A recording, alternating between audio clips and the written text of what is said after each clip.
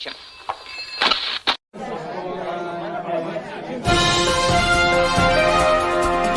Hello world, welcome. This is We the United. This is episode 6. We'll be talking about childhood. I have a lot of great people with me. I'm going to keep it short because I do have a lot of people who have done this podcast.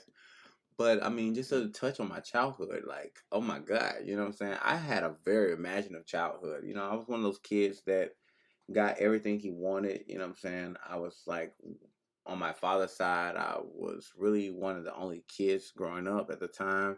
You know what I'm saying? So they treated me like royalty. Hinting, Prince came from. Yeah, I mean, was so great. When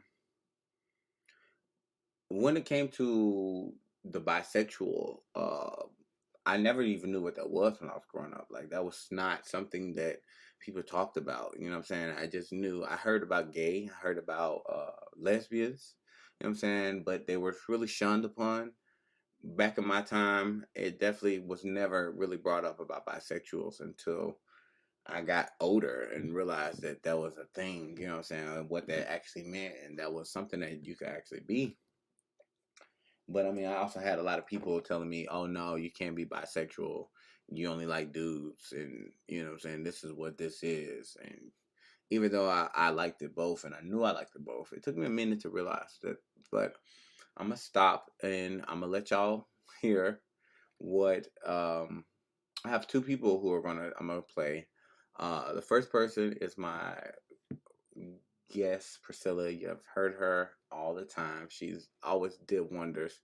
She's definitely did her thing on this one. And then you're going to hear a new person that I have with me, Shy, which I love you, Shy. Appreciate you for doing this show. And she definitely kept me on my toes and tried to interview me, y'all. But y'all going to see. All right. We're pushing through. This is episode 6, and this is about childhood. So I have somebody with me once again. She's definitely been on here multiple times, and I know y'all gonna remember her voice. You can introduce yourself, love. Hey y'all, it's me, Priscilla. Yeah. Looking for a precise girl. Yes, definitely. So I'm just gonna get straight into it. Okay, the first question is, what was your community like as a child? Well, I can say, first, I was I was never so big when I was born. I was small. I was a preemie, Mm-hmm. so I was small. But the thing that kickstarted my weight was after my dad passed away, and then that's when I started eating. But my community, they were so accepting at first, but then when they started seeing my chunkiness, my rolls coming in, Mm-hmm. they're like, "Oh, we gotta stop. No more milk. Yeah. Only vegetables. Like you can go to the garden and go pick that up." Yeah. I know when I was growing up as a kid, I really didn't. The only thing they had for plus size people was obesity or overweight. You know what I'm saying? Like, they had Oh the Biggest yeah. Loser, and they had like a whole bunch of stuff for people who were just big. And a lot of people did not. They didn't even have the clothing at that time. You know what I'm saying? For people who had like extra hips and extra ass and stuff like that, Oh no, they didn't everything was have anything shredded. like that. Yeah, they had to get shit customized back in the Oh yeah. days. So I know that was something that I remember growing up and seeing. And a lot of people were killing themselves in that time frame too, and also having like a lot of health issues because of that, not having the proper treatments and stuff for that stuff, like how they do now. So I mean, that's just how I remember when I was growing up. Yeah, I was, to be honest, I was very close in, my family. So even when I looked at the world, I never saw that. They Mm-hmm. didn't want, I was so protective. They didn't show me that until, after like me becoming more mature, I started seeing that how they were viewing, chunky people, big people, Mm-hmm. obesity, like you said, and it was a health issue. Like talking about don't eat too much sugar or don't drink this and don't eat that, then Mm-hmm. you're gonna have this, and, you know what I mean, and possibly die or lose an ankle or something. Right. Okay. So the second question is, how is your community towards children and the youth? I want to say we're warm, okay? We're love because I mean, who not but the best to give food to children and youth? Us, Right, you know, right. like cooking is our thing. So of course, us giving that all that warmth and love that we have, and it's just extra chunky.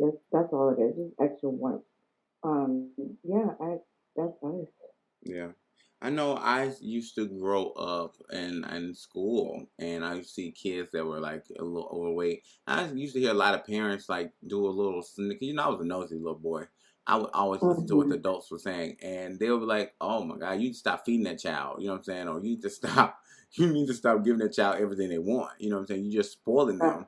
And that's why they like that. And I know it became a big thing like when I was in my teenagers with these obesity babies because that's when they really started like looking into the medicine of it when the babies actually started becoming out obesity and they realized that it was not Mm-hmm. really because the baby was eating it was more so it was actually a diagnostic a disease that was going on, you know Yeah. what I'm saying. And I remember watching a show and they had this baby on there that was like it was a baby was like what 2 or 3 and weighed like 70, 80 pounds or some shit like that.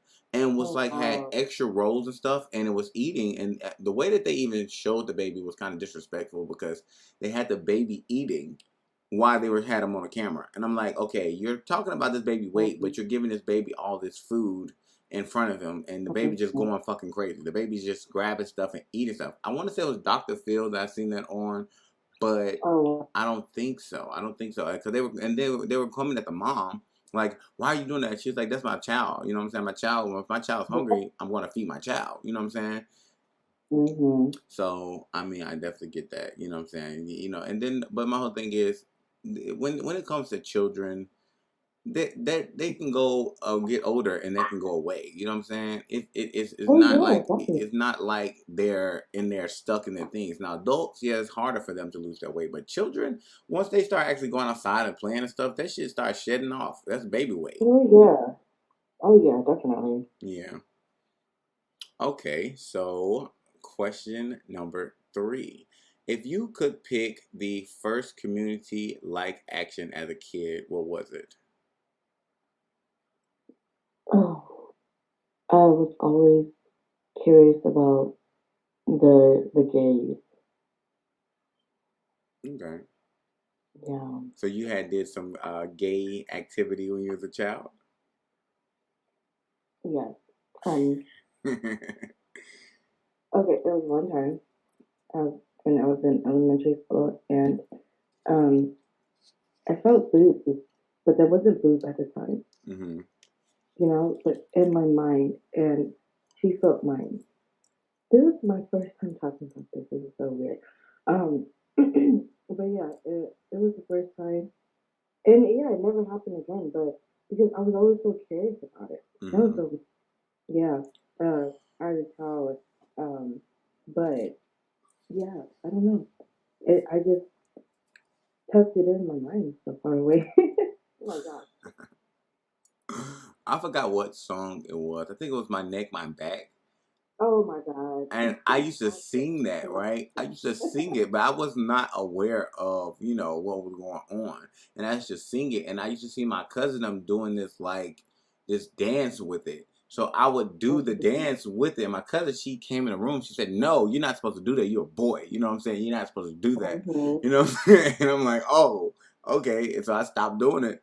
But I did not know at that time that I was actually doing some shit that other girls would did because I was always around her and her friends, and they would sing that song, My Neck, My Back, Lick My Pussy and My Crack, and I just used to always sing it. I always used to sing it, and I used to do it like my hand would be in the air, I have my little finger pointed, and I'd be like squatting up and down, and she's just like, "Yeah, you're Mm-hmm. not supposed to do that," you know what I'm saying? Oh my god, you're so cute. You came Yeah. out naked. Right. I was just like, I was innocent. I was very innocent as a Mm. child. I was nosy as hell, but innocent as hell. I was raised in church and all that stuff, so I definitely knew what was right, what was wrong, but I damn sure didn't know that what I was doing was wrong. You know, actually, there's another thing that I remember. Man, if And my family's listening to this and they hear this part, oh my God. Oh Lord bless my soul. So there's this anime.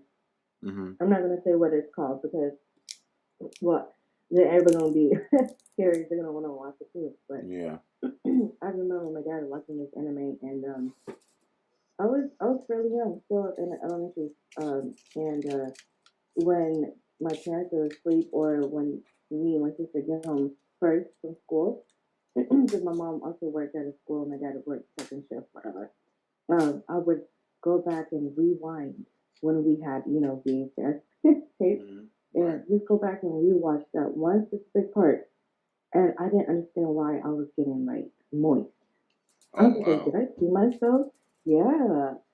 And I did that a couple times, and I didn't like that feeling no more, so I just stopped watching them. And then, as I grew up, I'm like, oh, I know what happened to me. It's like, yeah, Like I did something I like found out that. now what this is. Yes, yeah. Oh my goodness. Okay, so this next question is a touchy one, but everybody had their experiences as a kid, and I know a lot of people don't like to talk about it. People act like, okay, yeah, I never did anything because we usually hide these parts. But around what time did you have sex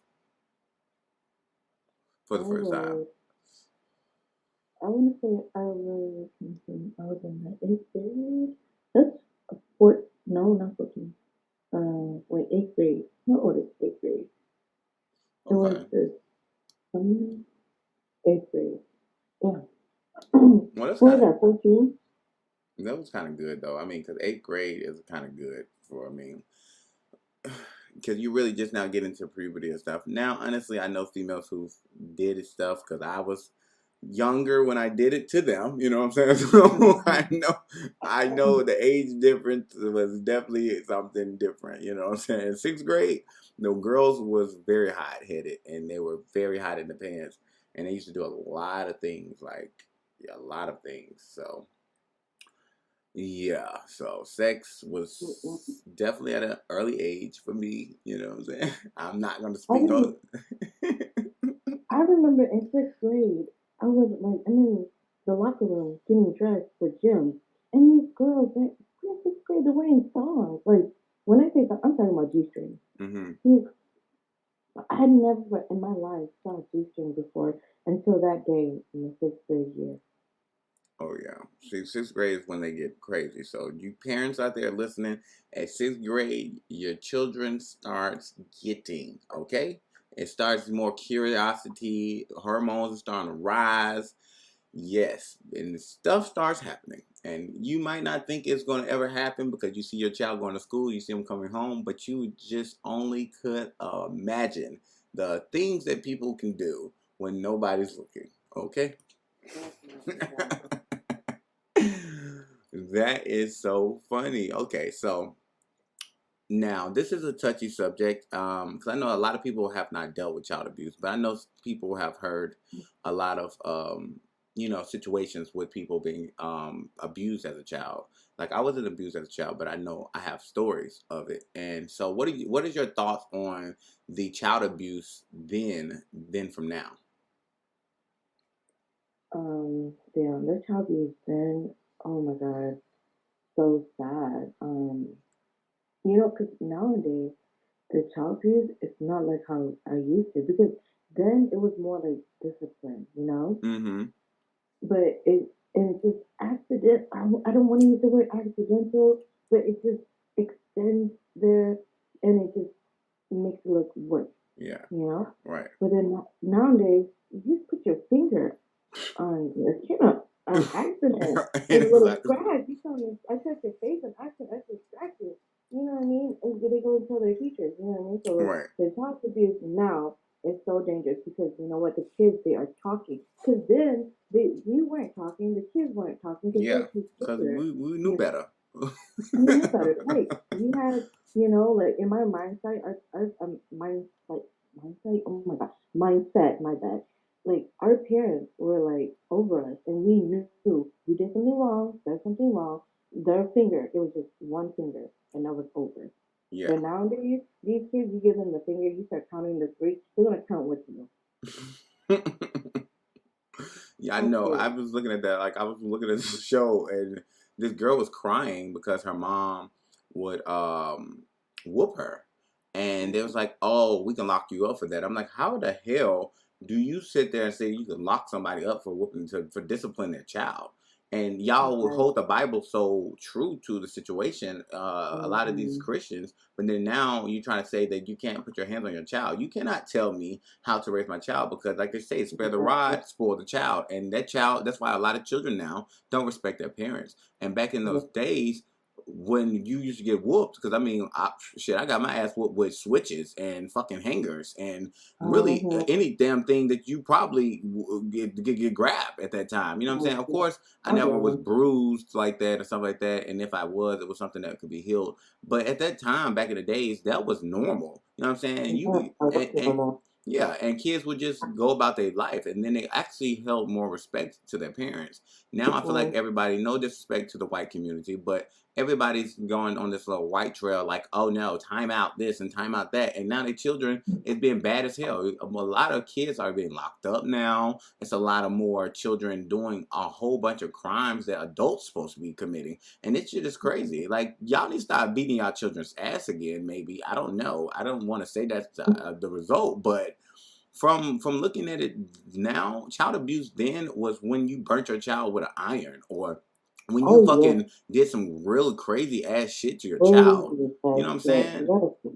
Like now, like you said, you could just whoop your child, and they want to call out child abuse. Child abuse, motherfucker. Mm-hmm. If you were back in these days, you would wish that this is the only punishment you get, because some Right. parents will fuck you up. You know what I'm saying? Mm-hmm. And knock you out to the point where you would not be able to call police. I had several friends who was scared to even come to school because they had bruises and stuff, and they knew that their mom was going to get in trouble, but they also knew that they did something wrong, and they Yes. respected that. You know what I'm saying? That That's was their that. discipline. Mm-hmm. You know what I'm saying? Now it's like these people are telling these kids, "Oh yeah, tell your parents and stuff like that." Like, what the fuck? You don't probably have kids. Obviously, you don't have kids, and that's why you feel Right. like that. Because in a way, you don't understand. You don't understand that at the end of the day, you let these kids go run off and do what the fuck they want to do.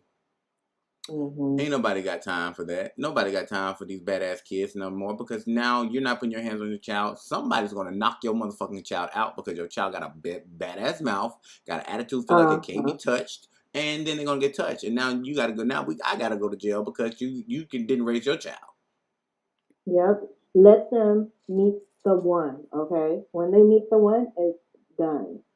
Right, because I tell people, I'm like, don't bring your child around me if your child bad as hell, because I will pop that bitch in her mouth in 5 full seconds, and then come tell you I popped that bitch in the mouth, and pop you in the mouth if you got a problem with it, because you need to check your child and let your child know. My mom always taught us to respect our elders and respect the adults, so I Mm-hmm. never disrespect my elders. You know what I'm saying? Now that I am older, you know what I'm saying, I'm grown, so therefore at the end of the day, you're gonna respect me like I'm grown. I'm not a Mm-hmm. child, so you're not going to talk to me like that. So I will say something back, but at the end of the day, I still hold some type of respect, a level towards my elders, because of me growing up and being taught, like, damn, you know what I'm saying? You used to be scared, like, I'm not gonna do this shit because I'm gonna get a fucking whooping.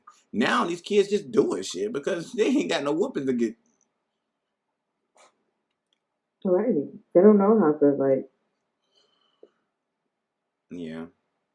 Well, once again, I thank you so much again for coming on. Yeah, I love that you knocked out 3 of these damn things back to back to back. I said I wasn't going to do that, but at the end of the day, we don't have that many people who want to speak for the plus size community, which hopefully will change by season 2. You know what I'm saying? And if you know anybody who wants to embrace it as well, please send them my way, because I still have a lot of episodes, and I don't want you to be tired of talking. So.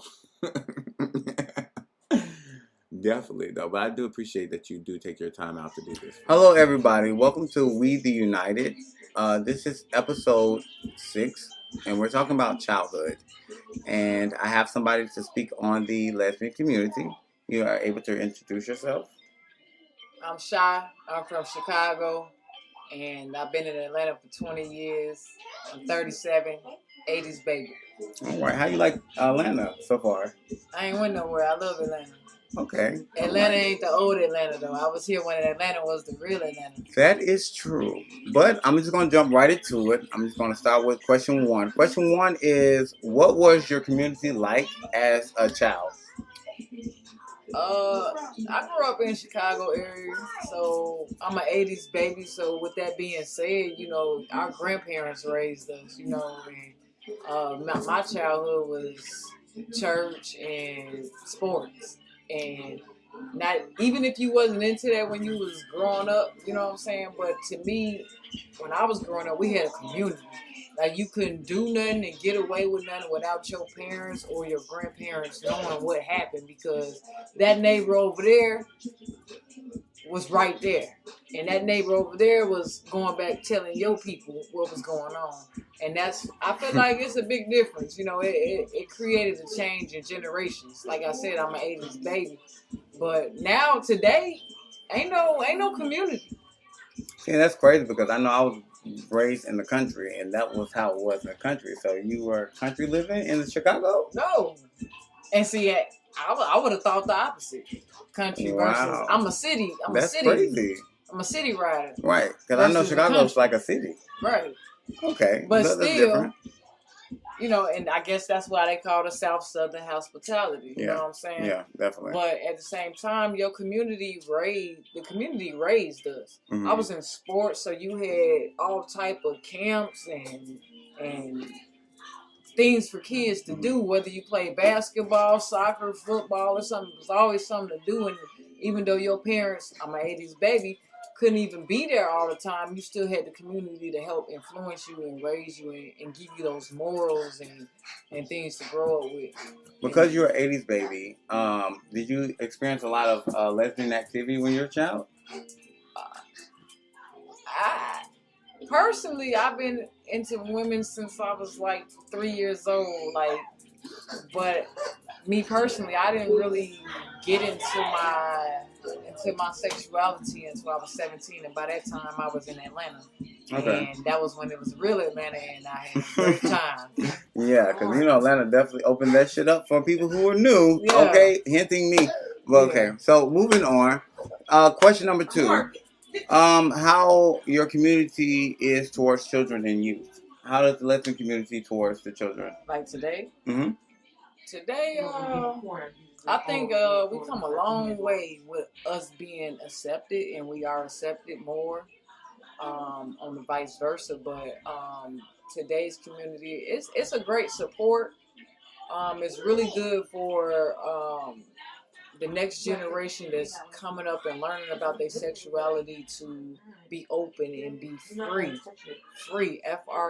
That is a key word in life, period. Mm-hmm. That's something that I learned. Right. And I think that this community is acceptable, but it is also damaging where you have a certain amount of suicides that's happening because they're not accepted. So right. we still have work to do, but it has come a very, very long way. I grew up back in the day with church people, and it was not accepted. And like I said, when I moved here when I was 17 to Atlanta, it was like, be free. Yeah. Well, Atlanta definitely opened the doors for a lot of people who were of, you know, the different mindset, because Atlanta really was the second state of this country to actually like expand on the history of the rainbow community. So, I mean, I get that, definitely. I know when I first started out, I didn't know as big as it was until I actually came out, but I never really was into the gay scene like that and stuff like that. I mean, I've always really realized that I was bisexual, but I had my friends who are straight and, you know, of their own situations who would basically make me feel like I was just gay. You know what I'm saying? Right. And I actually had to realize to myself, like, bro, like, you have a determination of what you go through and how you go through it. So, you know what I'm saying? I get that. Atlanta definitely shows you the different lives of all communities. Yeah. They definitely support that. You know what I'm saying? And even just to touch a little deeper on that, it was more of, it was, you know, I'm a niece of bishops and pastors, and so I grew up in that realm. So we know that was definitely not accepted. Right. And by me being young at that time, it was just like, hey, this is my sexuality. This is what I'm feeling. And I'm young. I'm not even a teenager. Right. This is what I'm feeling. But God says no. Or I'm going to be shamed on if I act on who I am. Right. But when you get to, like I said, that word today is free. Free. When you get to that free spot in your life, that freedom, you know how to handle it. Right. You know, and again, today's community does support you being able to mentally, emotionally, physically handle it. Yeah. And with you saying that though, so how do y'all treat the youth, like the little girls and stuff who are coming up, who are really too young to really say they're lesbians, but they are saying that though? You said a key word, young, and a lot of people may not agree with me on it. I feel like that a lot of people don't really know who they are really until they're in their 30s. But when you're growing up, just make sure that you experiment and understand what it is that you like. Who are you? Not what you like. Let me take that back. Let's all understand who we are. Not who they is, not who they were, not who they understand who you are as a person. Exactly. As an individual. Right. I agree with that because I know I'm 31 now, and it took me for now to realize that I was asexual. You know what I'm saying? Like, that was really what I should have probably been my whole life. Okay. You know what I'm saying? Hey, look that up. When you say asexual, a lot of people don't understand that. Yeah, but asexual definitely is a person who's more identified with their self. I mean, I definitely explained this on my podcast, but I mean, just to explain it to you, it's a person who identifies with themselves, and if they're going to push themselves into anybody else, that person has to make me more attracted to myself by me being with them. If that makes sense, you know what I'm saying? Like, it's more about my attraction to myself than it is about any connection that I have with another person now. Right. It goes back to self-care. Yeah. That is a very big word. Exactly. I mean, a very big statement. A lot of people overlook that, self-care. Yeah. It's more than the physical. Yeah. It's mental, it's emotional. A lot of people, what's going on today, a lot of people don't know how to handle their emotions. That's a big problem with what's going on today. Everybody killing everybody because they stepped on their J's or whatever. Everything is about controlling your emotions. Right. Yeah. Okay, so question number 3. If you could pick your first community-like action as a child, what would it be? Like, what was the first time that you actually acted upon your lesbianness?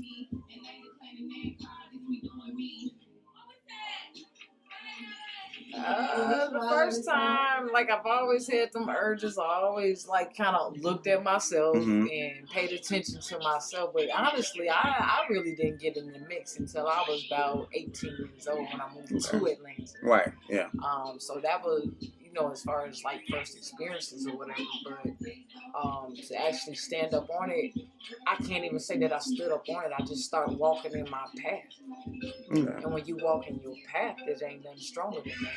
Yeah. Okay. Well, that's good. At least you started it and continued it. You know what I'm saying? I mean, I know I was forced upon my situation. You know what I'm saying? It was kind of forced upon me at a young age. So I didn't accept it in a way. You know what I'm saying? It was like, okay, this was rape. You know what I'm saying? This was molestation. So I'm going to interview you. What do you mean forced? I mean, like I said, it was rape. It was molestation. It was something that was forced upon me, something that I wasn't understanding of, and I was too young to understand of. You know what I'm saying? It was something that me being adolescent and being a badass adolescent at that, you know what I'm saying? Somebody offered me some candy and I decided to go upon myself to rush them. And it brought that situation upon me to the point where I had to deal with that situation. And it was, of course, somebody who I would never thought in the world would ever do something. It was a kind person, you know what I'm saying? Somebody who did not look like an ugly person. You know, like they probably could have got plenty of bitches in that time frame who actually did that to me. So, you know what I'm saying? So, I mean, I definitely had that experience, you know what I'm saying? It was something that wasn't just given to me as a choice. So, the fact that you did have a choice, that was a good thing, you know what I'm saying? Moving on, though, because I'm not going to go too stuck. That's a big topic that needs to be had in our community, too, Yeah. A lot of people like to shy away from it or feel ashamed and stuff like that, but that is a big backside to our community, and maybe that can be another topic later on. Yeah, of course. So, it's a season 2 eventually, and you definitely sound like you're gonna be on that hole. Okay. Okay. For the fourth question is, around what time did you have sex? I didn't have my first sexual encounter until I was 18. Wow. So your first time having sex was with a female? With a female when I was 18. Oh wow, that's kind of good though. I mean, honestly, that's different. I know a lot of people who I have spoken to, and like the stuff who I do know as friends and family. They definitely had an experience. You know what I'm saying? Dealing with a male before. You know what I'm saying? Before they actually did that. So that's kind of what's that. So have you ever thought about doing a transition or something? If you don't mind me asking. Like a transition, like me becoming a male. Yeah. I have, and I've actually went as far as to researching it. I have great insurance with my employer that I can actually get everything done for free, but I chose not to do it because I'm spiritual.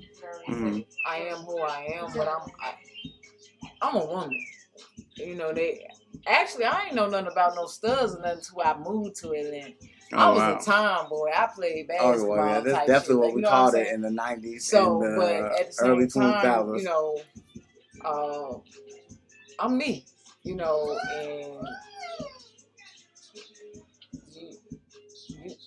keyword, you gotta know who you are. You have to understand who you are. You have to understand who you are. It's not for everybody. It ain't for everybody. Yeah, exactly.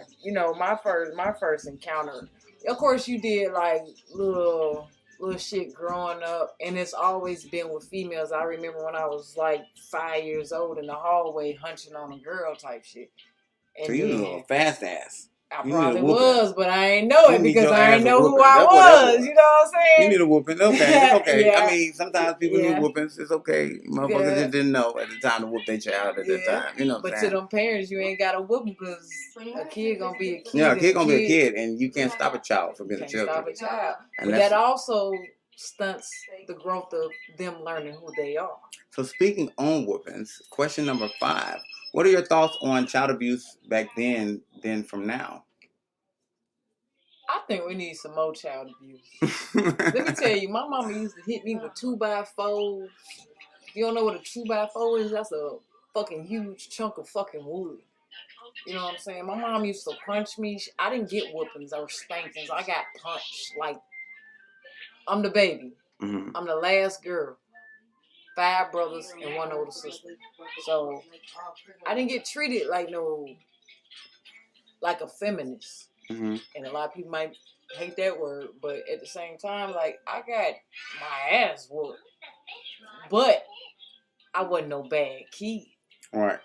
Because I got my ass whooped. Yeah, exactly. You know what I'm saying? We had a community. Right. Your neighbors could whoop your ass. Yeah. It was different. And it was cool. Different back then. And it was okay. Cause, you know what I'm saying? Like, when we was growing up, it was different. We ain't even have all these devices. We was outside. Right, exactly. More active and physical. We was active. And like, just to let y'all know, this is my bestie we have who's here, and all who is a co-host, but she decided she jumped in on this moment.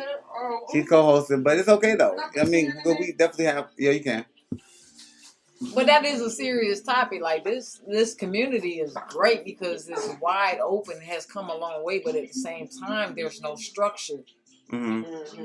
Ain't no more grandmas. Yeah, and that's the reason why more kids are getting locked up nowadays and doing stupid shit because they don't have nobody to be scared of no more. Man, these kids out here killing people at 14 years old. They're not scared of their parents. They'll kill their parents. I was climbing trees. They will shoot their fucking parents. What you talking about? I've never imagined being a person today and having to worry about. But you have to think about parents though. They have to worry about their kids actually calling the police now, and it's more accepted now because you have teachers and stuff like that. Letting kids know, like, you were brought on this earth. You know what I'm saying? This is the thing that teach the kids now. You were brought on this earth. You didn't actually be here. But the teachers used to whoop our ass shit. back in the day too. Exactly. So why the teachers got a problem with it now? I got paddles at school. I hate that shit. Oh my God, you got paddled. And that's a 90s baby's talk. I did get popped one time, but I ain't never got paddled. And when I got popped, my mama came up there and beat that bitch ass. But you know what? That was her problem because she paddled me for some shit that I didn't have. There's a very thin line on what they whooping your ass. Yeah, for. because if I they got on the bus with my brother and my you... sister, and I wasn't staying with my mom at the time. Yeah, and she kind of like snatched me, and I told my mom about that. My mom kind of got mad because she sent the letter in, but obviously she didn't get the letter. So because she didn't get the letter, she did what she did, which I understand you have been a teacher, but I told you when you snatched me, this is my brother and my sister. It's a thin line. Like, you should have been like, okay, well, I'll go check with the office and see what's going on before you try to just snatch me off the bus. That's why my mom beat your ass. Yeah. Sorry, teacher, if you hear this, but that's why you got beat up. I don't know what to tell you. And you got those out there that deserve that. You know what I'm saying? But, man, look, like I was saying before, your neighbor, your teacher, and like I grew up in the church, and I grew up in a small area, so everybody knew everybody. Everybody was your family, damn near. Right. You know what I'm saying? So yeah, we got our ass beat back in the day. Yeah. 2x4. So, what do you think about the child abuse now? Like, what do you think about the rules that they have? Child abuse now? It's some psycho. It's some evil. This world is evil. They want the children to be bad as fuck. I feel they bad, but they still a person. And if you're that evil to see here like that man who just killed his kids, that's all on the news, or like that lady who set all her kids on fire in that truck. Man, look, this world is evil right now. Yeah, and I can agree with you. But isn't they, with the way that the world has made it where it's very hard for you to discipline your children now. I mean, honestly, you have to think about it. Like, I mean, I'm not trying to agree with the reasoning for them doing that because you should never have to kill your child or have a reason to kill your child. But if you cannot beat your children without going to jail, and your children start becoming crazy because you have not beat your child. I've seen so many videos of children beating their parents. It's like, it makes me sick to my stomach. Like, killing their grandparents. I wish I would have ever stroked my hand. My mom has beat the shit out of me. Do that shit. What? I was so scared to see that she was gonna kill me. And the fact that these kids have no fear. Mama is the only people I'm scared of. These kids have no fear now because of the government making it okay for them not to fear their parents. And at the day, in the Bible, it says, spare the rod, spoil the child. So if you are going to continue with making gay marriage and all this should be such a bad thing because it's in the Bible, then why the fuck ain't you beating your kids? That's my whole thing. Why the fuck ain't beat your kids? Because that's in the Bible. The Bible tells you, don't you spare that motherfucker. Beat that motherfucker because that badass motherfucker needs that ass whooping to learn that is a problem. What they're doing. For them to learn and understand that that's something you don't do. Because that's what we got from the ass whoopings. When we got them ass whoopings, the ass whooping was like, hell, I got my ass whooped, so now I'm not going to do this shit again because I ain't trying to get that ass whooping again. It's like having a dog. And I had to really I got two pitties. And they have really, truly gave me patience. It's like having a dog. If you don't whoop that dog ass or pat his ass when he piss in your house, he gonna piss and shit on you all day. Once they get older, though, it's gonna bite you if you try to. Yes. So you can't discipline your child anymore after you stop disciplining your children. So, exactly. It's discipline. And that's what's missing in today's community. There's no discipline. And that is a true statement. It takes a community to raise a child. And you just said something. Look at today's statistics. Yeah, that. Mm-hmm. You know what I'm saying? How many single mothers out here? Which is another problem, though, because the fact that it is a lot of women raising their own children. Let's talk about it. Come and on. That is a big issue with the abuse because a lot of women kind of are more accepting of their children doing the shit they're doing because they feel like their father is not there to abuse them. But it doesn't take a father to abuse. You still raising your child. So there's no excuse. You still have to raise your children. You still have to raise your child. Because, I mean, at the end of the day, I'm pretty sure it was single moms back in the 80s, 90s, 70s. I'm going to say this, and because I'm an 80s baby, I say that's that where with Uncle emphasis. Came from. I say that with emphasis because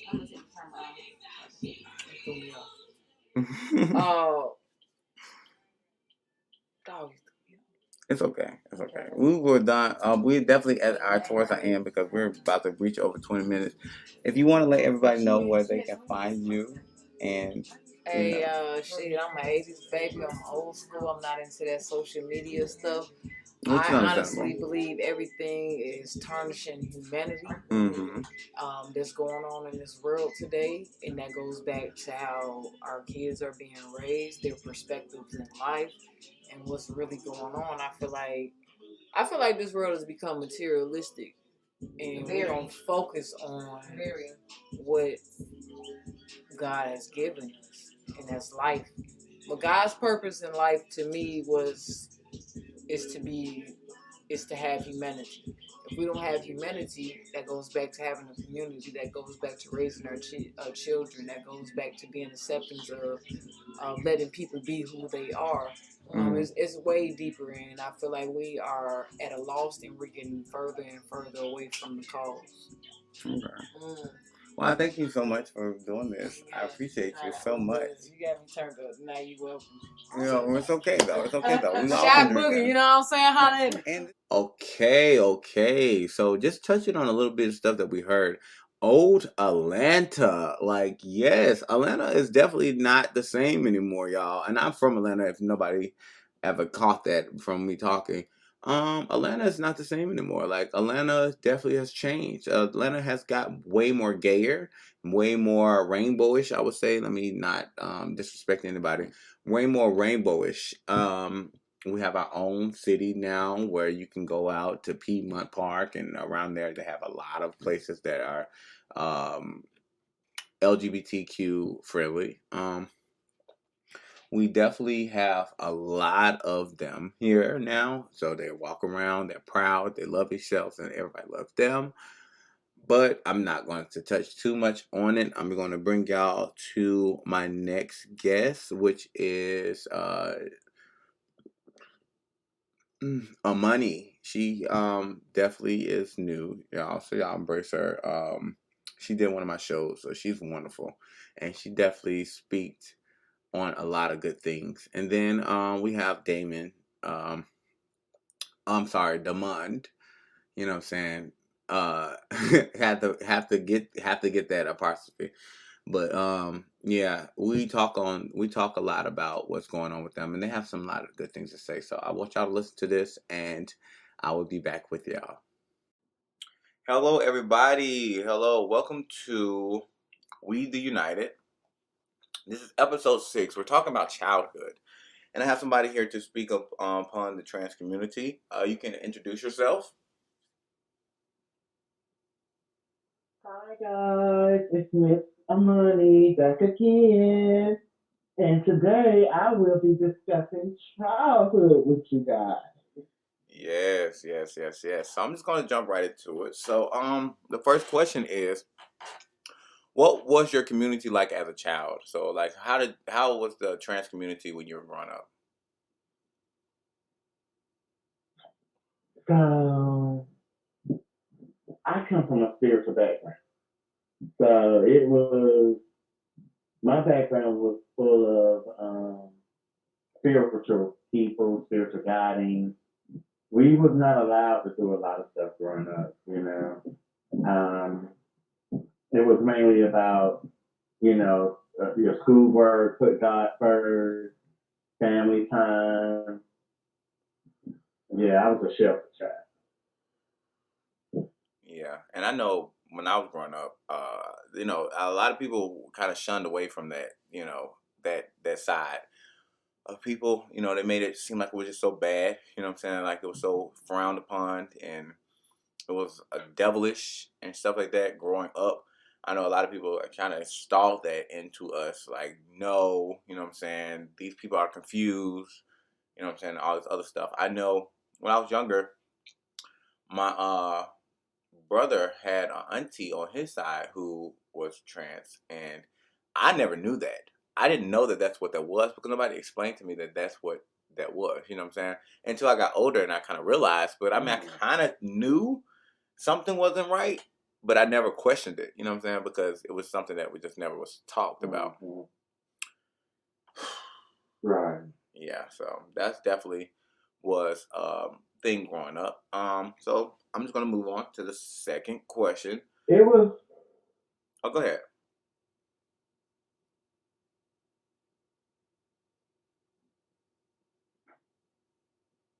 Go ahead, say what you were saying. It was it was it was challenging for me growing up, because when I was growing up, I always felt like I was a little girl. Mm-hmm. Yeah, I just wanted to add. Okay, all right. So, question number 2: how your community is towards children and youth. So, how do y'all accept the children now that are trying to identify themselves as the trans? Well, the funny thing about that, here in the state of North Carolina, um, they are trying to ban certain things when it comes to the transgender life, Mm-hmm. when it comes to the young people. They're trying to ban a lot of things. Mm-hmm. What you mean, like, what they're Yeah. like trying to ban children from being able to identify as that? Yep. They're trying to ban that from the schools. If you transgender in the school, you can't play certain sports. You don't qualify. It has really got bad. Mm-hmm. Mm-hmm. Oh, so I mean, but It has really far gotten as bad. you personally, would you come at a child who's trying to be trans?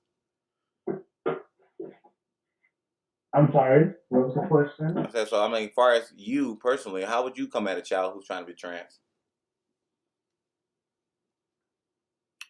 How do I accept the children that are trying to be trans? Yeah. I embrace it. You know, I applaud it because do what makes you happy. And if you feel like something is not right and you need to readjust some things, then go for it.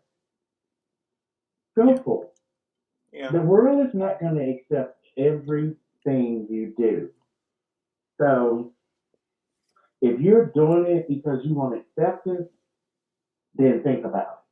But if you're doing it because you like, okay, I'm coming out, this is who I am, here I go, world, accept me, take me for who I am, love me for who I am, then do your thing. Yeah. I mean, I haven't dealt with any children in that aspect, but if I was to talk to the children who are trying to be in the trans community, I would say do your research. You know what I'm saying? Make sure that this is something that you really want, because this is a big alteration in your life, and it's going to be definitely a mental capacity that you have to handle. So I would want them to have a more idea of what they're getting themselves into before they just jump themselves into it and it's too late to change. You know what I'm saying? And they have a mental breakdown because they can't handle it. So I tell the children, please definitely do your research before you decide that that's something you want to do, and kind of wait until you're old enough to make the decision before you go all the way in. You know what I'm saying? Not saying you can't be who you are, but just wait. You know what I'm saying? And do your research before you decide to just jump all the way into the whole situation of it. Yeah, I say my thoughts exactly. Yeah, I mean because you're altering something and you gotta know for sure this is the world that you're about to face, because this is not an easy world out here. It's Yeah. a very hard and trying world.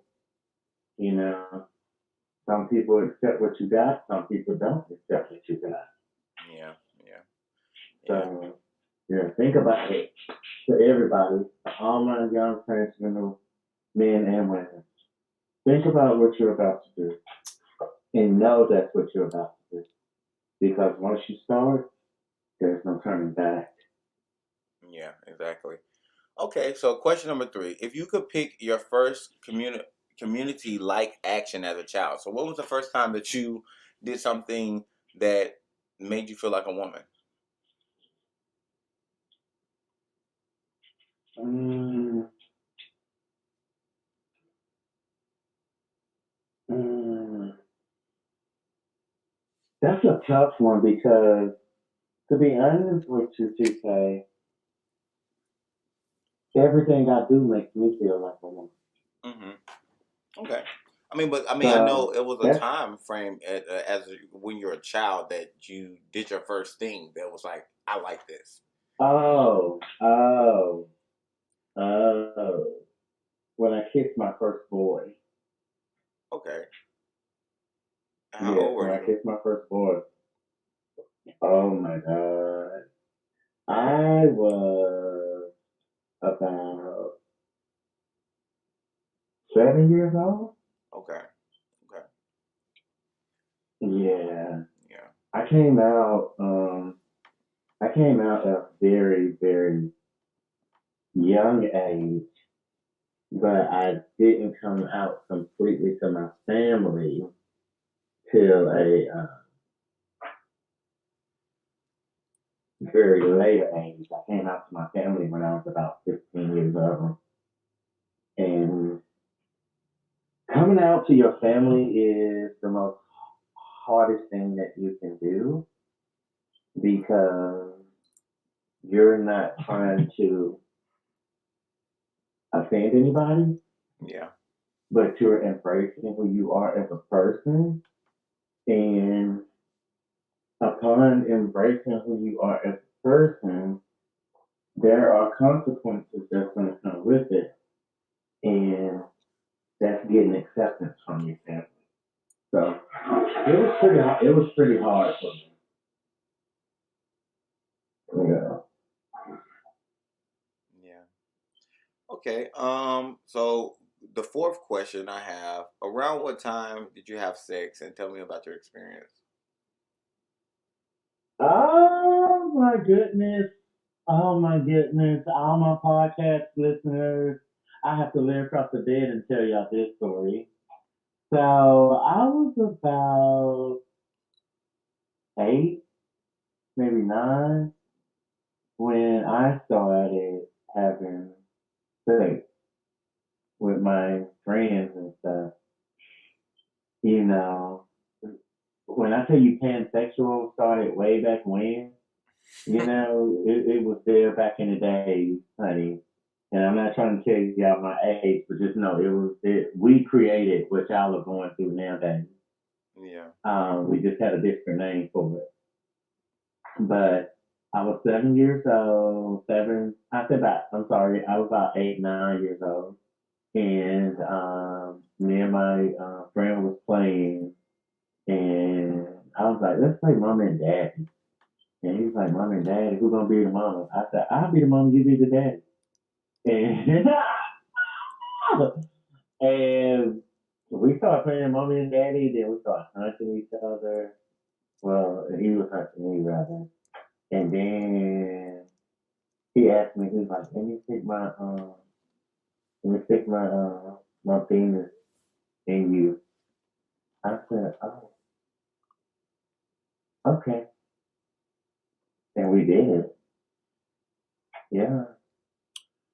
Oh wow. So I can say I lost my virginity. I can say I lost my virginity at a very, very, very young age. Yeah. I mean, Don't judge me. no, I'm not going to judge you. I mean, I lost my virginity at a young age too. It wasn't willingly, but I mean, I did. So I mean, it's no judgment here. Yes, thank you. Thank you for the acceptance. You're welcome. That's what I'm all about. So, the last question that I have for you, what is your thoughts on child abuse then versus now?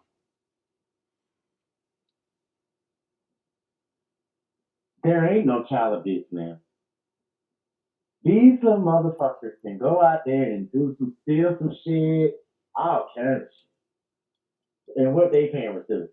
Take their cell phone, put them, ground them. In my time, we was getting our ass with extension cords, shoes, switches, broomsticks, whatever your fucking mama got her hands on, and you was standing there. she will knock the goddamn hell out of your ass. Yeah, and I really Yes, feel ma'am. like it's kind of what's missing. The reason why a lot of these children nowadays are acting up and doing a lot of outlaw ass shit because the fact that they are not scared of their parents. I mean, and it's not that you should be scared of your parents, but you should definitely have some type of resistance of doing something because you are worried about the consequences, and that's what I feel like America has stopped with. Why trying to make this child abuse thing? Like, you can't put your hands on your child and stuff like that. Like, oh my gosh, no, don't whoop your child. Like, at the end of the day, that motherfucker's gonna be bad as hell. That's why a lot of these children are killing their parents or in jail at the age of 14 because of the fact that they have not seen any discipline. I feel like when I got my ass beat back in the days, I knew that I did something wrong, and I realized that this shit was okay. Regardless if I did it again or not, I was able to have that understanding that this is a problem. This is something that's wrong. I can get in trouble for it. And it also made me more able to do the things that I could do in a better way to not get in trouble. So, I mean, I feel like my generation and the past generations before, we learned lessons from our ass whoopings. And if you're not giving your children ass whoopings, not saying just to brutally beat them, because I know child abuse back then was like you beating your child or burning your child, putting a bruise on your child that's going to last forever. That was considered child abuse then. Now, if you just slap your child or something like that, that's considered child abuse now. Like, what the fuck? You can't tell me how to raise my child. My child might need their ass whooped at that time. Are you going to jail? You going straight to jail. Do it if you want to. And kids back in the days, we did not think about calling no damn police. Call the police for what? So we get our ass beat again? Yeah, because that's what's going to happen. Soon your ass leaves, Hopper. Mama going to beat that ass again. Gonna beat that ass again. So you thought that was gonna save your ass, huh? Because you motherfucker wanted to do what you wanted to do. But so you want to go to you need to go to jail for what you did. We didn't want to beat your ass. Shit. Say it loud. You better know it. I'm telling you. See, we come from them mamas that they be on your ass. And the worst ass whooping is when they explain to you why you're getting your ass whooped. Oh yeah. I don't have those many days. I'm like, well, Mama, what did I do? As my ass getting beat, she's gonna tell me as she's beating my ass though, like, don't you fucking do this shit again. You know what I'm saying? Oh, that was definitely something that I remember, and I definitely didn't do a lot of things that I got ass whooping for ever again. So, but I thank you so much for coming on this show and doing this for me. I appreciate that. So. Oh, thank you for having me, TK. It's been an honor and a privilege, and I look forward to speaking with you guys more in the future. But for now, this is Miss Amani, aka Peaches, out. Yes, you don't want to leave anything for people to follow you. Oh, I'm sorry, guys. You can always find me at Facebook, Denise Green. Find me on Facebook.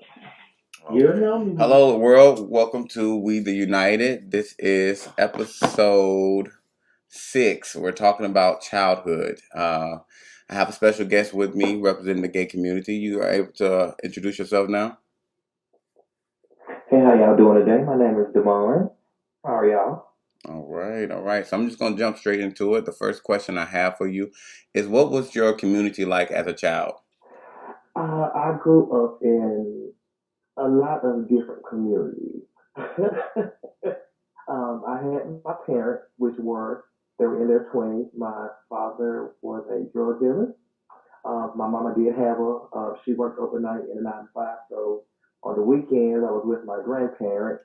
If I was with my parents when I was younger, I was with I was in the trap sometimes. So, I grew up in a lot of different community, so I'm able to adapt to a lot of things now as an adult. Okay. Okay. All right. All right. So I can move on to the second question then. How is your community towards children and youth?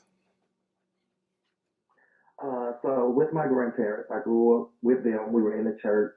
I come from a large family on both sides. My mother is nine of them. My father is 10 of them. So you never knew who house or where you were going to end up on the weekend or how many kids were going to end up with you on the weekend. Mm-hmm. I would be with my grandparents. I'll be the only one there during the day. By the nighttime, it'll be like 10, 15 of us in one house. So we came from a large, close knit community. Okay. Okay. All right. But I mean, but how are they towards like children though? So like, how's the gay community towards the children? Like, because I know it's kids now who are like claiming that now. You know what I'm saying? So how do you feel like y'all would take that? So for me, with my community back in the day, I was the only gay one. To be honest with you, I was the only gay boy. Uh, I, I honestly never was treated differently. I was always with my uncles going fishing and stuff. I was always doing something. But in the gay community today, because it's such a big thing now, it wasn't as taboo as back when I was a teenager. Um, it's wild. They have a lot more freedom to dress and express themselves than what we had. Yeah. I wasn't wearing all of those bright colors. I wasn't wearing the dangly earrings and the tank tops and stuff that I can wear now back in my community. It was more so looked down on, but Yeah. now I see progression. It isn't quite where we want it, but it has been great milestones reached in the last 35 years that I've been alive. Yeah, yeah. I mean, I know I have nothing against the gay community and how they dress and stuff like that. But when I seen a child dressed like that, it kind of blew my mind that they actually allow children to be free like that and go to school like that. Because I know back in the days, you would get your ass whooped or you would have got sent home from school by the Baby, teacher. back in our day, the girls, their skirt had to be fingertip long. Right. Nowadays, these kids be, and you couldn't too much wear spaghetti strap t-shirts. Girls couldn't. Certain clothes weren't allowed. Like I had a white teacher ask me one time, "What do the white t-shirts mean?" When Nikes and Air Force Ones and the 2, 3X white t-shirts was big. Yeah. They thought it was gang related, Right. not knowing it was just a part of our culture. Right. Yeah. Yeah. Right. Exactly. Yeah. They say But gay is gay is the new gang though. They say that's the new gang. the worst thing about it is it's being accepted so much now. You don't know who's gay, so you be looking at these straight dudes like, let me go holler at him. He just dressed like us. He ain't really gay. Yeah, I had a whole conversation about that on one of my civic talks about how the straight men be so against these gay men, but y'all dressing like them. Like how you don't even know. You mad because these dudes trying to holler And at you, got but you look just like them. and got your fat booties out. And Lord forgive me, straight men got the fat asses. That's because they barely be touched. Don't you, So don't you allegedly, just love the community? allegedly they ain't been touched before. That's why. Okay, I'm gonna move on. Okay, question number 3. If you could pick the first community like action as a kid, so basically the first time you did something that was gay.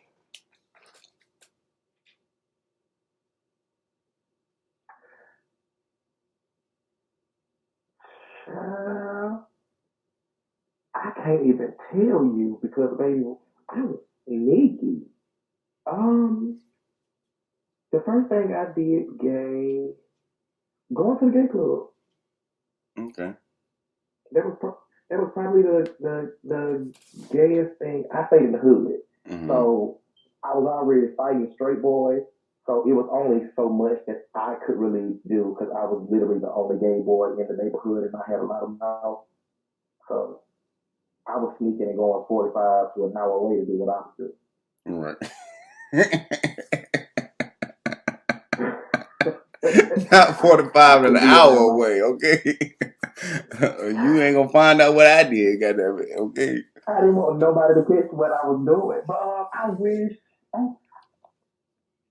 don't even know. Because where I'm from, the only gay thing that you could do was go to a gay club besides being in like a dance group.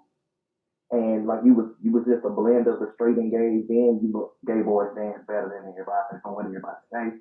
Um, I wish I would have been more into dance and singing and being a free spirit. Mm-hmm. I'll probably say that's the gayest thing about me. I've always had music in my voice and some dance in my walk that I ain't never been able to just quite hide. So for me, I wish I would have been. Me and my family would have been more involved. I was trying to be more. I was classically voice trained for 6 years. I did do dance here and there, but it wasn't like something that I was focused on. It was more for my voice. I wish we would have been more specific and opposite singer like right now. Had I been more focused. Yeah. Okay. So around what time did you have I'm sorry. Around time what did you have sex? We talking about oral penetration. We're talking about sex. That's just so I'm leaving it at. We talk about sex. So whatever number you want to give me for your first time. 17. Okay. 17. That's a good number. I've always been a little high, but yeah, I ain't lose it till I was 17. Yeah. Unfortunately, I was 15, you know what I'm saying? But, it was different times in that time frame. It was getting more open, and it was a lot of DL guys that started coming out around that time. So, It was slim picking. Yeah, I'm sorry. They took my innocence. I'm from a little bitty neighborhood. I'm from Spartanburg, South Carolina, so everybody knows somebody. I couldn't date anybody at my school because I was still in the closet, and the one straight boy that I was messing with at the time, he was just acting like himself. We went to the same school, and I don't know what happened. Some rumor got out. He stopped talking to me, so I ended up talking to a dude all the way up from across town that I had seen at a club, and he took my breath away. And I didn't speak to him. I was too shy. A homegirl that I went to school with knew who he was and hooked us up. And he was my first. And I popped him. His dick was too big. It was 10 inches, bitch. And I was new to the game. I had never seen one that big in my life. And I pulled that man's pants down. I was like, that's not going in me.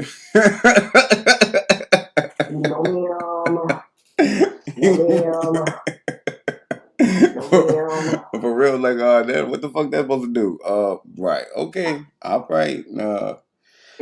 Everybody told me I was gonna be a bottom because of the way I was shaped, and it did not go that way at all. Yeah, people don't understand that shit is a hard thing to do. Like, I mean, I sold it to the bottom. You know what I'm saying? I give it to y'all. Y'all got it. You know what I'm saying? But yeah, that's not something that's just everybody's equipped to do. Not right off the bat. Not right off the bat. Not no 10 inches. Now my second boyfriend, he wasn't as big, so he was my first top, and it was actually a good experience. I don't know pain. He knew what he was doing. Mm-hmm. Okay. All right. So I'm gonna go to the last question that I have, which is, what is your thoughts on child abuse then versus now? So I'm gonna change that word from abuse to that some of these kids just need an ass whooping. Yeah. I don't want to call it abuse because I got my ass whooped. I would only say I was only abused one time I'm not even gonna call it a whooping. It was a beat, and it straightened me up. Like my grandpa didn't have any more issues out of me after that beat. None. Yeah.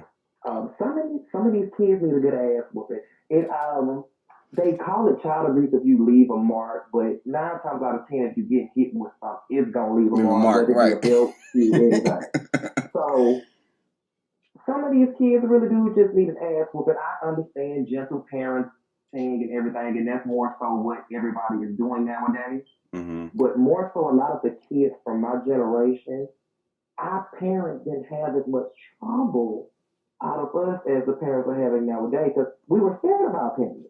Yeah. And we knew that if we, some of us, we knew that if we did something, we had an ass whooping waiting on us when we got home, and we didn't want to. Right, exactly. But these kids nowadays, they know they can go fight the teacher, beat the bus driver up, or go push an old woman down the stairs, and there won't really be no consequences when they get home. Yeah. It is what it is nowadays. Yeah. So for me, you ain't gotta bring as much as the abuse back. You ain't gotta bring the drop cords and the shoes like some of us got back in the day. So bring back a good ass whooping. Take that belt off and make it pop right there in front of that child's face and let them know what that belt means. Yeah, definitely. Because I mean, honestly, I was sitting there looking at some videos and stuff. And that's what made me come up with this question on here because I was like, it's so crazy how they really consider this shit child abuse now. And this was normal back in the days when you goddamn get whooped with a belt, maybe a hanger if they goddamn couldn't find one that quick enough. You better hope they find a belt. Whatever they had in their hands, whatever they got to me is what I got hit with. Okay. I was messing with my mama one time and I was a good little distance from her. And her job, she had to have a steel toe shoe. And I'd be damned if that boot went in the hallway when I was tossing my shit. And my mama used to play softball. I couldn't get my door closed in time, and she hit me dead in my motherfucking hand with that shoe. And I closed my door and I shut my ass the fuck up. Okay. Yeah, good ass whooping to make you goddamn sit down. Hell, you know them the best sleeps too. And people don't realize that you whoop your child ass one time, they gon' go to sleep so goddamn good, and they gonna wake up a whole new person. They gonna cry themselves to sleep. Like this motherfucker really hit me. She really whooped me like this. And then then when you hit that pillow and hit that pillow, and you wake up like, okay, I ain't in pain no more, but I don't want to be in that pain no more. Right. So let me try to do something else stupid and see if I can get away with that. That's how I learned. I learned how to get away with a lot of shit. Mm-hmm. I'm the baby of 3. So I watched what my brother and my sister did. Right. And I learned from it. So I got a few whoopings, but compared to them, I was sneaky. My parents don't know half the shit I did as a child.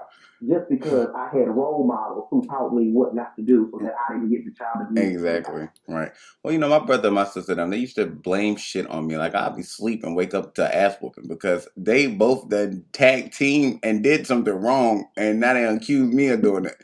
I'm like, no, I ain't do it. No, I ain't do it. Nah, they be like, yes, you did. You lying. You motherfuckers. Then my mama tried to realize why I used to go at crazy towards them because they used to get me fucked up. Like, no, you got me messed up. You're not about to give me whoopings for some shit I ain't do. My brother is 7 years older than me, so he was just a bully.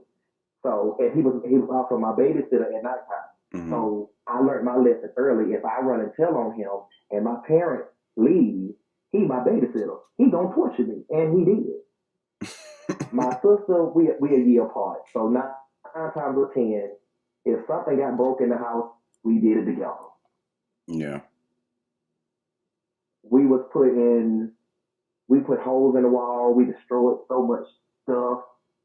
We tore up we wrecked so many cars. Like a lot of the ass whoopings that we got, we deserved, but we learned from them. Exactly. Well, I did at least. And I appreciate my parents for how they raised me. I could have been a lot different. I could not have been the person that I had to eventually figure out how to love because I was trying to be straight, and again, in my own little, and I'm really gay, so I had to figure out how to go from that outlook to this outlook, mm-hmm. and then whooping, figuring out, navigating my life, just doing everything I needed to do for myself. Everything else, every ass whooping I got for a reason. It taught me not to do that, go this way, go that way. Right. The gay communities I grew up in, I moved to Atlanta was my first gay community. Atlanta was my first big gay city. Mm-hmm. So I moved here straight out of high school. So I was just dumbfounded when I moved here. I'm like a kid in a candy store. Yeah. You don't see these kind of niggas in South Carolina. You don't see you don't see this fashion. You don't see this world. You only got one club in South Carolina, and that's Saturday night. Mm-hmm. Well, gay club. So this just opened me up. Like when you met me, I still didn't know who the fuck I was. Yeah. Yeah. I damn sure didn't know who I was. You knew how bad I was back in my 20s. Like you actually got to meet that person. Right. Yeah. You met me with dread. Yeah, I think so. And then you met me when I cut my dread. So you've literally seen my transition over the years and how bad and how much better I've gotten. Yes, definitely calm down. I say that. You definitely Woo! calm down. And if y'all definitely reach out and go and see who this man is, you definitely will see that he ain't that calm, but he has calmed down. Okay, that's what I would say. Okay. I used to be a little riot. Yeah, firecracker. Definitely gonna do that. You know what I'm saying? But That's a little shaking down the club. yes, you know what? Those clubs though, you rarely see me there. I can't do them. Atlanta has become one of the biggest gay populations and one of the biggest gay advocates. So honestly, and I'm asexual now. I done found myself over all these years. You know what I'm saying? I finally found the place I'm supposed to be at. So And what place is that? asexual. Yes, I'm.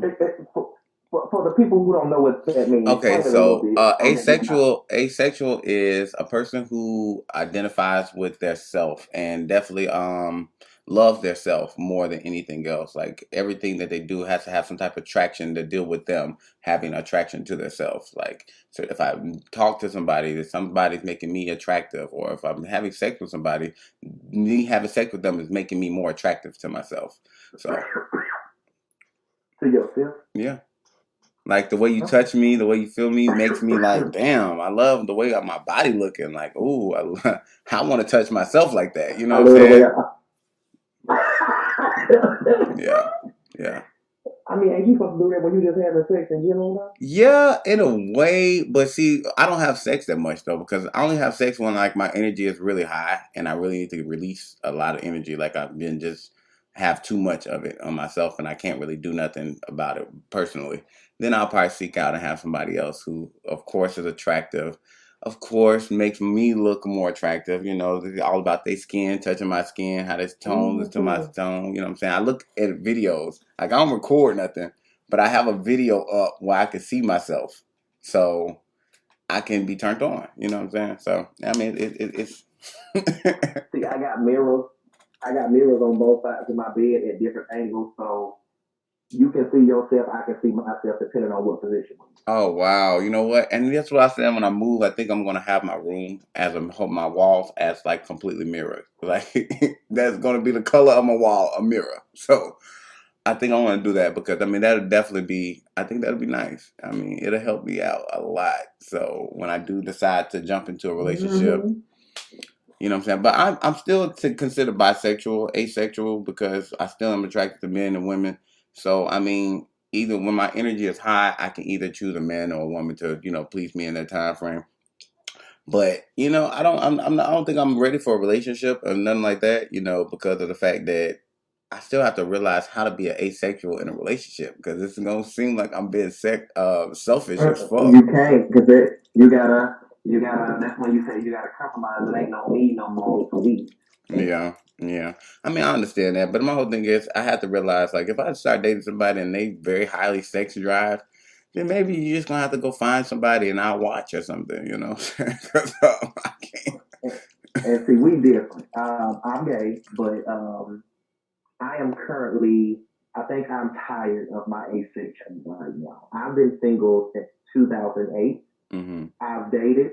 I've tried to get to the point of exclusivity, but it hasn't got quite there to where it's just me and them. It's always me and them and them and them and them. Mm-hmm. So I've taken all of this time to love me. Yeah. They be what I tell you and love me. I do. I take me shopping. I take me out to eat. At one point in time, I let me get fat. Mm. Oh, I was real chunky. I was juicy. And then I think I might, I think I've loved myself so much for so long. I don't know how to love somebody else, but I'm trying to figure out, like you say, you're trying to figure out that compromise. Yeah. So you might can start dating. I have to, I have to figure out how to let somebody into my peace and not disrupt my peace. Exactly. And that's just a motherfucking puzzle piece right there it's hard to find. That's the hardest one to find. It's like the last piece that fell under the couch. Cause maybe when I was wild and with the ratchets, I had a bunch of friends. Now that I'm a lot more calmer and I got my feet to the ground, I'm trying to do shit. I'm really by myself, and it's a whole lot more peaceful.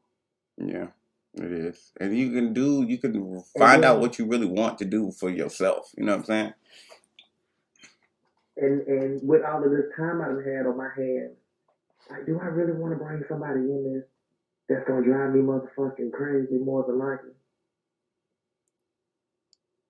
When I can just, if I feel like it, just go get on one of these apps, say what's up for this afternoon, and then be good for the next 3, 4, 5 weeks, maybe 2, 5 months. Oh my! You know what? We're gonna cut you. I'm cutting you off, okay? Because we already in 22 minutes.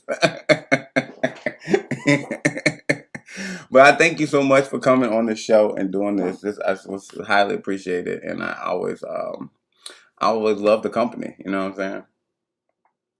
I appreciate you. I'm glad you asked me to. My friend told me I should try a podcast, so you are my first one. Oh, So I'm okay. glad you invited me on. Oh, you're more than welcome. Is it any place you want people to come follow you, find you? I am on Instagram, Doctor underscore Phil underscore good with an E. I am on Snapchat, DE underscore Leo 88. I'll be doing that, but lip singing drag shows in my power. So come get y'all life. All right, y'all make sure y'all check him out. Is it you want to get any last words to the people? Come and check my boy's show out sometime, you know. Okay, y'all. Yes. Thank y'all. They gave some good comments. They gave some great comments. Yes, straight people bring out the best of us. They do. You know what I'm saying? I know I had a lot of experiences. A lot of my experiences was with guys who were straight, and it was their first time just as much as I was new to my experiences. And I definitely had my best times with them. You know what I'm saying? If they ever listen to this, I mean, I'm pretty sure they still probably not going to tell anybody that it ever happened, but I did enjoy myself in that time frame.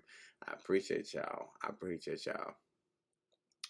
And on not being a bottom, like, come on, this is not something that we're equipped to. Like, that shit hurts. I don't understand what the fuck was going on. You know what I'm saying? I know my first time, it hurt so bad, I just didn't want to. You know what I'm saying? And it was nothing that I wanted to continue doing. You know what I'm saying? Like, I did it for the pleasurement of the person because I know that that's something they wanted. And I definitely don't want them to go cheat on me because I would have had to fuck them up. But, you know what I'm saying? I did it and it was what it was. You know what I'm saying? I wouldn't even say I'm okay with it now because shit, I really don't want it. I have my moments where I'll be okay, but no, I really don't want it. You know what I'm saying? I don't give a fuck how tough you is, nigga. Your tough ass better take some dick. I don't have time for it. You know what I'm saying? But let's just keep it on moving, and I'm gonna get y'all on out of here. My best friend had the nerve to come on here and represent the straight people, and yeah, like I told you, I have a lot of straight people, friends, and one of my best friends happened to be one, and he did a good job, y'all. I was definitely on shrooms when I did this, and I definitely said them the thing. Yeah, I know I'm open with who I am. But yeah, you know what I'm saying? Enjoy this, and we're definitely going to talk afterwards. Hello, world. How y'all doing? This is We the United. This is episode 6. We're talking about childhood, and I have with me my best friend in the world. Whole world? The whole world. Oh, I mean, it's only one world, technically. You know, it depends on what theory you're going with. You know, Yeah, but we're gonna go with the common. We're gonna go with the common theory of the life that's only one world, y'all. Go ahead and introduce yourself, best friend. I'm Anthony Jackson. I'm not gonna give you my middle name so I can go find me or nothing. So okay, so you know, I'm not gonna get my full government on here. These but people, yeah, I'm Anthony Jackson. These people definitely will try to look for you. Okay. Y'all have to forgive me, world, because you know I'm very 100% to my fans, and I just took a stroom for the first time, and it's kind of kicking in, but it's feeling great. Hey, so we're here, okay. So this is about to be fun. Okay, so I'm just gonna jump right into it. The first question is, what was your community like as a child? My community, the straight community. Right. Of course, the straight community. I mean, that's your community. Community as a whole. I mean, we've been good. You know, chill. You know, me personally as a child, I had a pretty nice childhood. I was adopted, as you know. Okay. So, you know, my mom, being a straight woman, was a crackhead. So. Oh wow, your mom was a crackhead? Yeah, she was a crackhead. I didn't know that. All the crack. Okay. Well, crack is different now than it was then, y'all. Just to put that in the I don't know how different it is. Crack is crack. I mean, it's an addictive drug still, but you know, back in the days it was pure shit. You know what I'm saying? Now they got all the other shit they probably doing. Yeah, you know what I'm saying? Back in the days, they probably was got them going crazy because they shit was crack out there. That was they got down crack. That was that. Okay. Mixed with that pure tea. Okay. But love everybody who does drugs. Okay. You know, people face with things. I know me growing up, technically I was in the straight community as a child. Just to see, like, they were like, men don't cry. You know what I'm saying? You remember that? You remember that phase in life? You tell you can't cry as a man? Yeah. And it's like things that used to tell you, like, you can't do this because this is for a man. And I felt like the straight way was so fucking strict. It felt like a military just to be a normal person. They say it's a prison. Yeah. They say masculinity is a prison. Masculinity. Yeah, you got to. Hey, you got to have your voice deep. Yeah. You got to make sure you pay your bills. You got to do this, do that. You got to say it with your chest. You know what I'm saying? Like, I understand. I never understood that say it with your chest shit because. Why are you so aggressive? Why do I gotta talk through my abdomen? Like I don't understand this. Like what is going on? Why is everybody so aggressive? Why are you poking your chest out at me? Can we be chill? Can I be a chill man? Can I be a chill man? Please? Can we be chill? Hashtag chill, please. Goddamn, I don't have to be straight out of prison when the time I'm born. Like, you know what I'm saying? Yo, I wish we had those keep calm things back in the days because I sure would have had a keep calm shirt on all the time. Calm your ass down. Yeah, and then you know, that's serious. I wasn't around my father, so the men in the straight community are very aggressive when it comes to you doing some shit that they don't like, and it don't even have to be no gay actions or nothing like that. It just be motherfucker. Just I'm sitting there holding something wrong, and I just get popped in the back of my neck. Hey, you can't hold that like that. You know. I was told petting your dog is gay, bro. I had a dog my whole life. My dad used to say, "Don't be petting that dog. That shit gay." Right. You know, that's like what? Why the fuck do y'all make a whole bunch of shit? Shit, I can't have a fluffy dog and pet that bitch. Because it's gay. Yeah, this shit don't look right. You know what I'm saying? Yeah. You gonna just kick that hoe. Females kick. Yeah. Females pet dogs, nigga.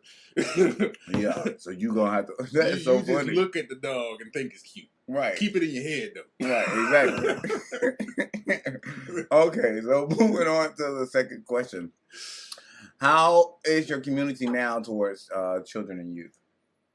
It depends. You know, there's pedophiles out there everywhere. You know how it is. Well, and I feel like with the straight community, that what we were just speaking on, you know what I'm saying, that strictness is really getting tougher now because now the kids these days got all these choices and shit that they can do, and they're allowing kids to do it. Like, I don't understand that. A child, stay a child. Please go to school. Go to school. And don't be transitioning too early. God, yeah, that shit is too early. Like, yeah. Like you know what you're doing. Like you know what you're doing. Yeah, motherfucker didn't even know the fight that even took to get nowhere. You know what I'm saying? Shit. Motherfuckers talking some of they lesbians and shit. Bitch, you don't even know what that is. You don't even, how you know? You ain't even seen your own coochie. Right. Girl, if you don't sit your ass down.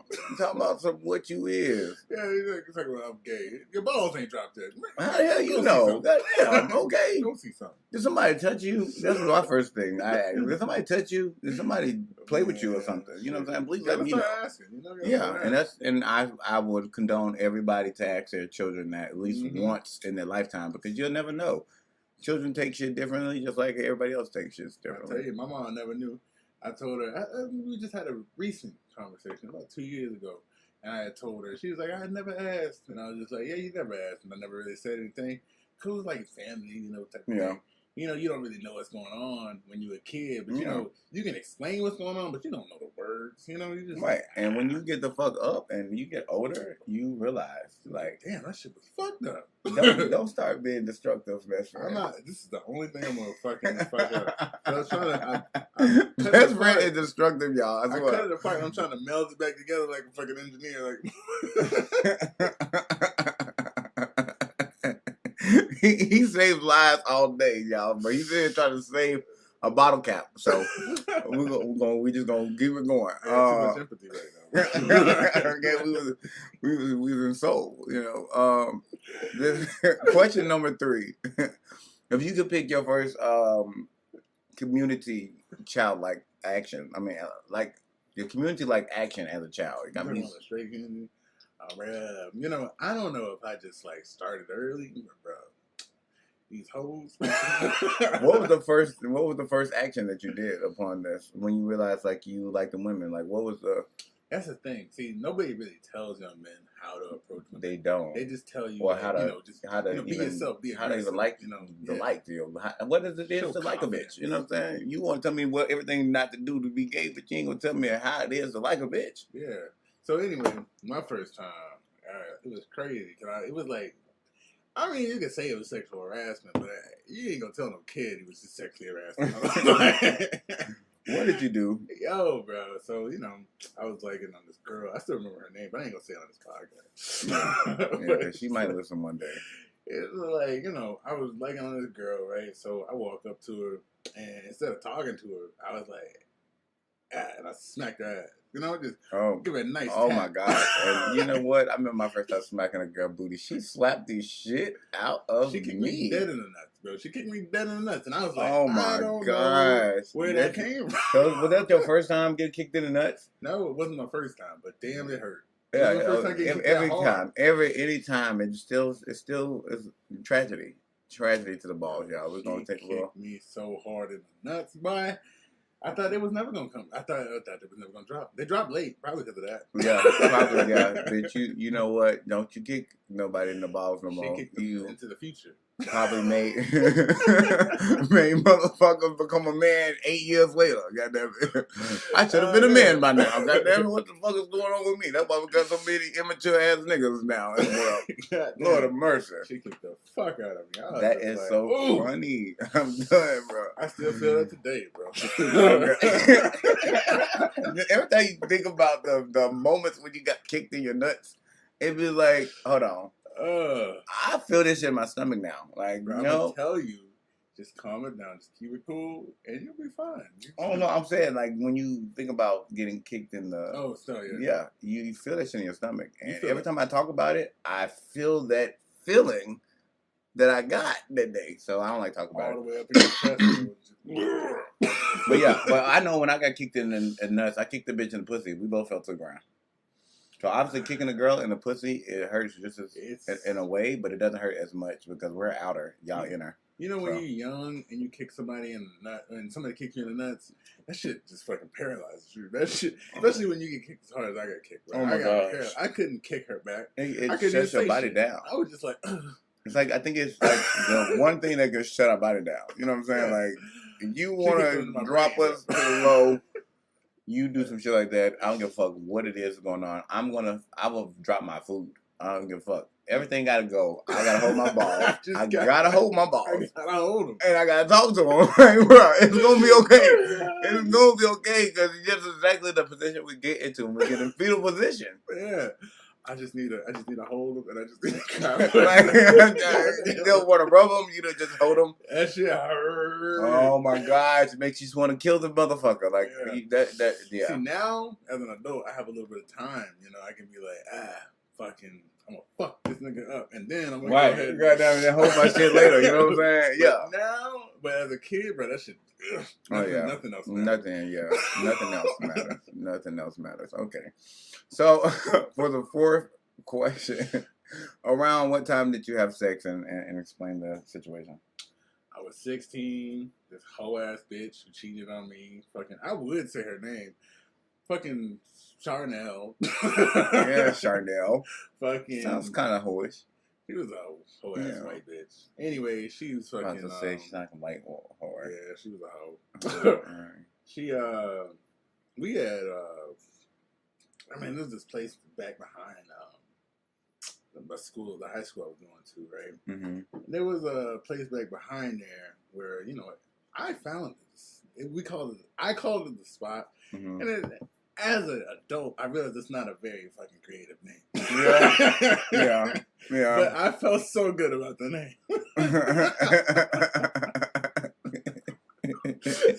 You had sex at the spot. Oh, I found it. So here's the thing about the spot, bro. So there used to be a place where me and my friends used to smoke.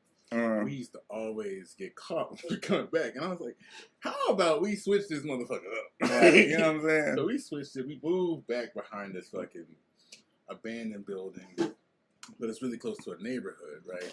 So I assumed that nobody lived in the house, so we was like kind of behind, but we were cat a corner too. But it was further down from the house. Right. Anyway, so it was just like a really nice spot.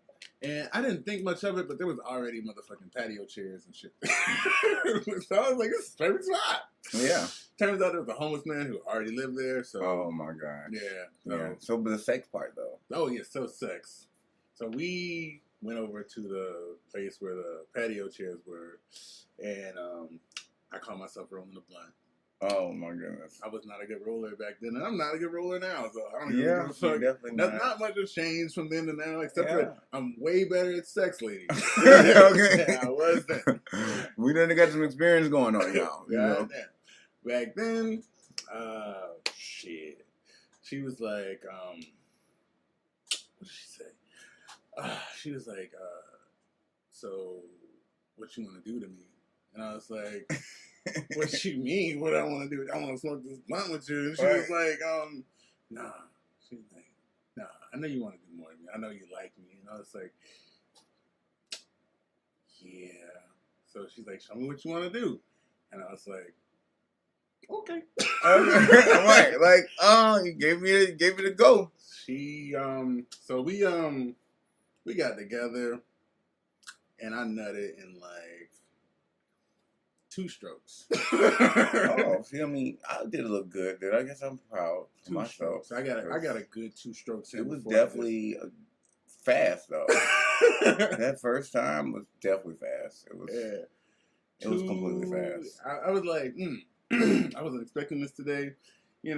And I tried to make it seem, you know how you do, you try to make it seem like this don't happen all the time. Yeah, but I'm saying, like, you know what I'm saying? Like, I did this shit. You know what I'm saying? I thought I was the only one.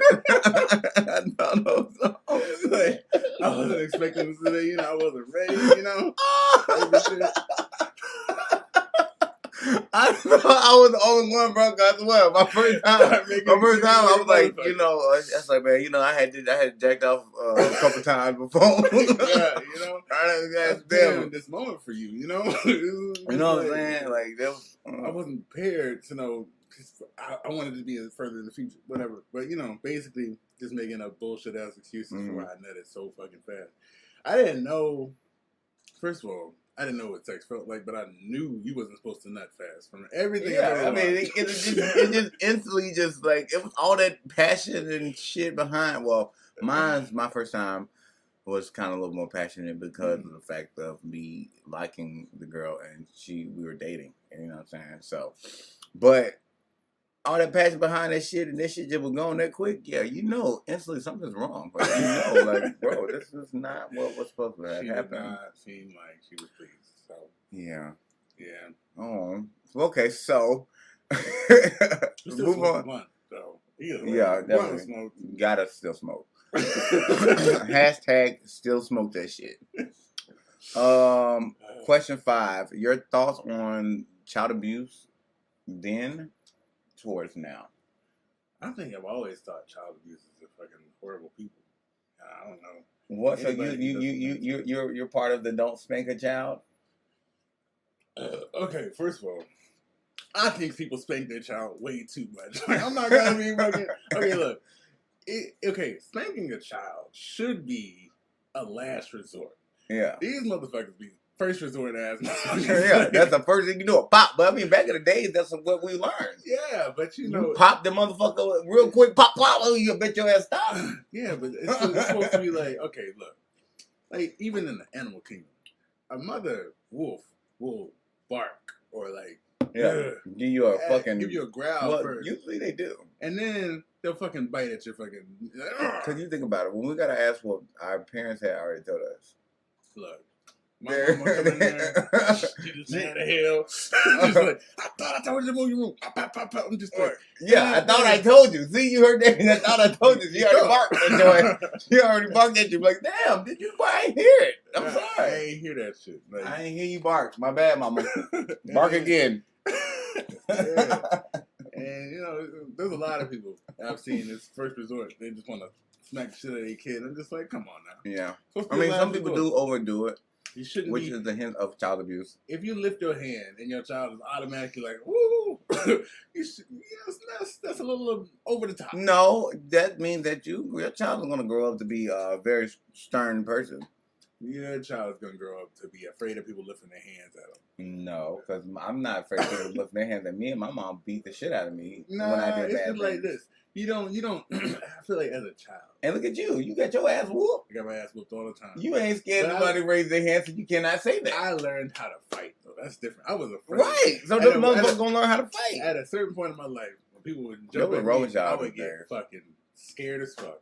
But you know, it's that fight or flight instinct. Mm-hmm. You know, you just start fucking. But my whole thing ain't gonna be no bitch. Just like how you just said that, and that's what's wrong with a lot of these people who want to spectate with the child abuse today. First of all, you can't even put your hand on a child without them feeling like, oh my God, you're abusing your child. Shut the fuck up. Let these people raise their kids. If they want to beat their child ass, let them beat their child ass. Because that's some shit you do in secret. Now, some people are excessive. Now, you give them a couple spanks on the behind. I'm not going to say because, you know, my whole thing is, like you say, I feel like everything doesn't resolve with an ass whooping. Mm-hmm. Now, back in the days, our parents were... Like, they would give us, all right, you did that shit, I'm gonna let it go. You know what I'm saying? Like, especially me, when I got my ass whooped, it was because I had accumulated some shit. Because my mom really, I was a baby, so my mom really didn't want to whoop me.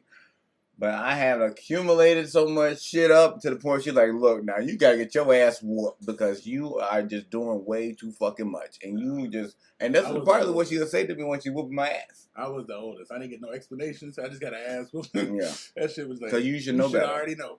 I'm just like, this shit I already know what. I remember this one time I got a whooping. I got a whooping for something I didn't know I was not supposed to do. I've been doing that shit. Well, because, I mean, usually that's one time, the one first ass whooping was supposed to be like, you don't know, but now you know. You know what I'm saying? Like, but this ass whooping is to show you that you know what's going to happen when you do this shit again. Yeah, I'm just sitting here just like, I think this is my last ass whooping I ever got, right? So I was like, I ain't doing this shit no more. This shit is not the move.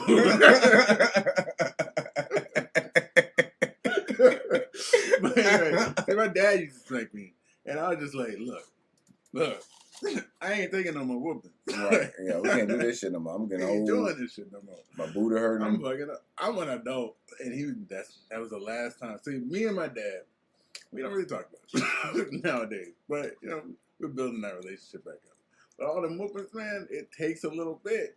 You know, you got a lot of forgiveness. Yeah, I gotta forgive you for this shit. Hold on now. You beat me a little too bad.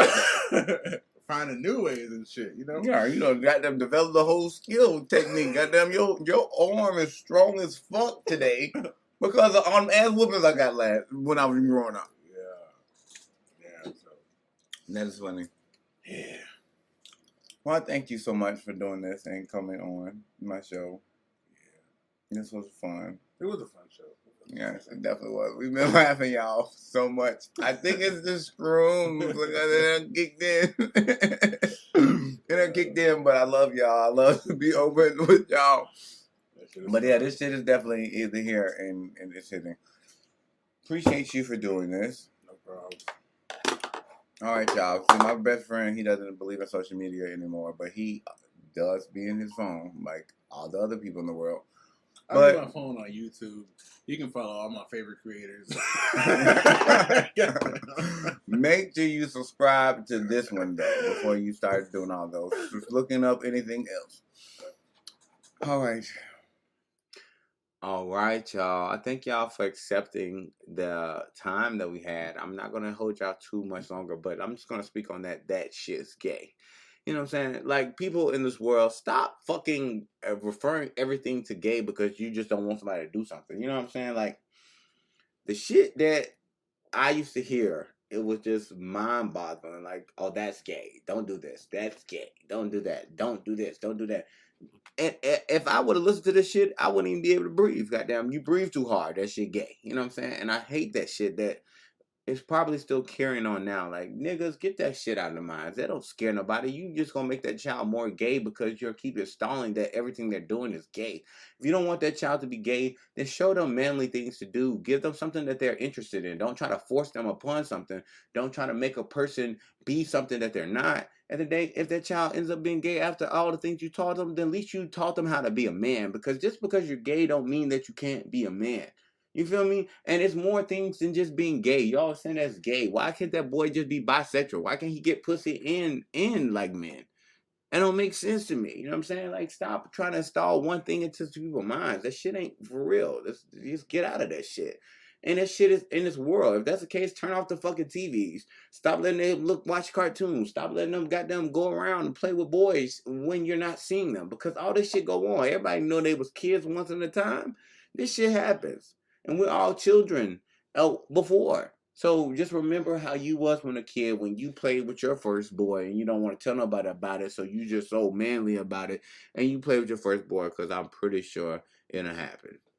Everybody was curious. And touched a little boy dick, played dick swords or some shit, y'all. I'm for real though, because I get so tired of this shit. Like, come on, bro. Like, I don't want to break man code, but come on, man. Don't make me do that shit up on here. You know what I'm saying? Like, get that shit up out of here, man. Stop treating them boys like that. Give them love. Maybe they won't be looking for another nigga to love them. Duh. All right, y'all. On that note, I thank y'all for listening to my show. I appreciate everything that happened. And I'm signing out on here. You know what I'm saying? We're going to raise our hands. We're going to stand together. And we are the United. Thank y'all.